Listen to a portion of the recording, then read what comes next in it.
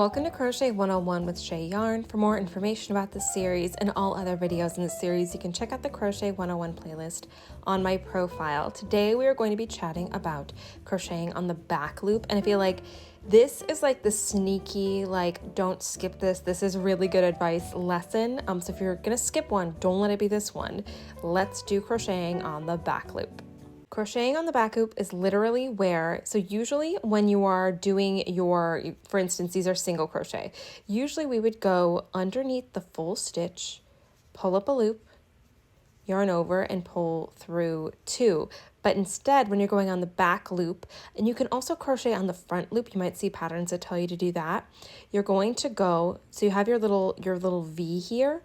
You're going to go through the V, just grab the back loop of the V, pull up your loop, yarn over, and pull through two, and that's your single crochet. So again, you're going to seek out your little V here, and there you have your back loop stitches. Now, places that you can use this.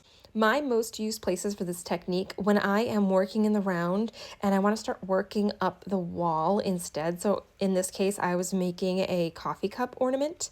I worked until my piece was large enough here, and then I single crocheted on the back loop, and it created like a hinge. So then I could start to work upward with a very neat, clean edge, rather than if you start to just work upward, you're going to have kind of more of a rounded edge if you don't create that little line for yourself.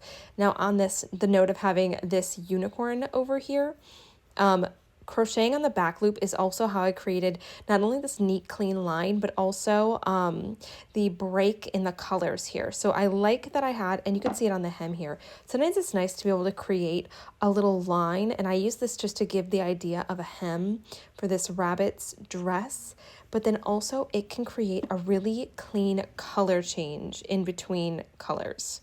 You can see here, I just continue to single crochet with a new color.